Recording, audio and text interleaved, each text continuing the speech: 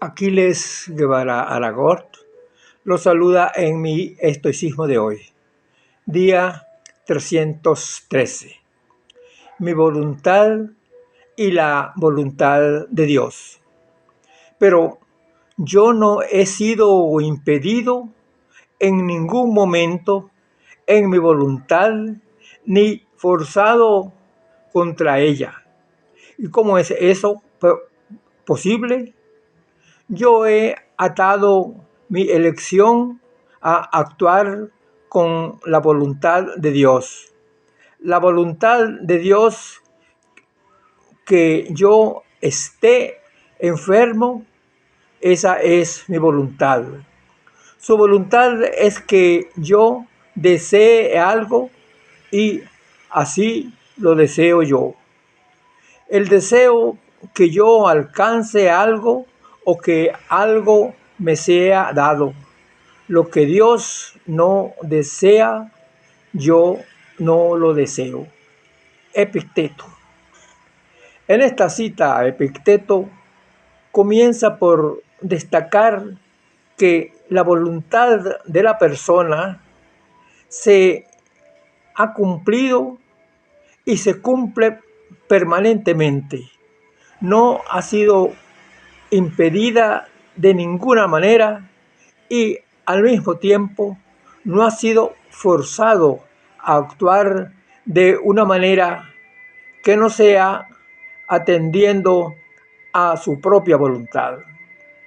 Ante esta situación en la cual la persona actúa según su propia voluntad y es forzado a actuar en contra de su voluntad, estamos entonces en presencia de un hombre libre, porque sus acciones provienen de su propia voluntad.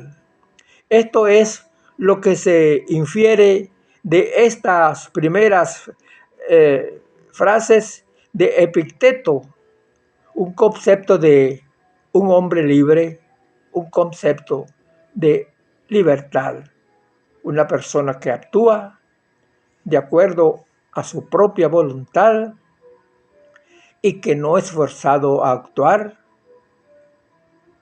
de ninguna manera, sino su propia voluntad. El mismo Epicteto se pregunta cómo ha logrado esa persona esa libertad de acción dentro de ese proceso de deseos, aceptaciones y acción. Bueno, pues, Epicteto complementa su cita de la manera siguiente. Yo he atado mi elección a actuar con la voluntad de Dios. Es decir, que esta persona, su acción, su voluntad, la ha aparejado a la voluntad de Dios. Volvemos a la posición del estoicismo sobre el destino del hombre, siendo ese destino trazado por la mano de Dios. La mejor elección que puede hacer una persona es atar sus deseos a los deseos de Dios. Y es nuestro destino. Está marcado en la voluntad de Dios. Esto no es un acto de resignación, sino de aceptar, según los estoicos, lo que nos conviene, según los designios de los dioses, según los designios de Dios, ya que no está dado a nosotros alterar, a cambiar con nuestros deseos, con nuestras aceptaciones y nuestras acciones, los designios de Dios. Epicteto ata los deseos de las personas a los deseos de Dios.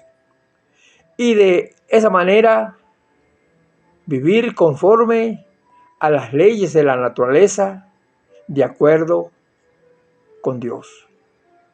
Su voluntad, dice Epicteto, es que yo desee algo y así lo deseo yo. El deseo que yo alcance algo o que algo me sea dado. Lo que Dios no desea, yo no lo deseo. En esta reflexión, el filósofo está planteando la existencia de un vínculo, de una relación entre Dios y la persona. Y pareciera que esa persona, por su cercanía con Dios, por su vínculo con Dios, puede llegar a que los deseos de Dios coincidan con los suyos. Y ello solo sería posible en la medida que se sigan pautas de las buenas costumbres, de principios morales que se ajusten a los mandatos de Dios. En mi palabra, queridos hermanos, queridos amigos, muchas gracias por acompañarme y será hasta mañana.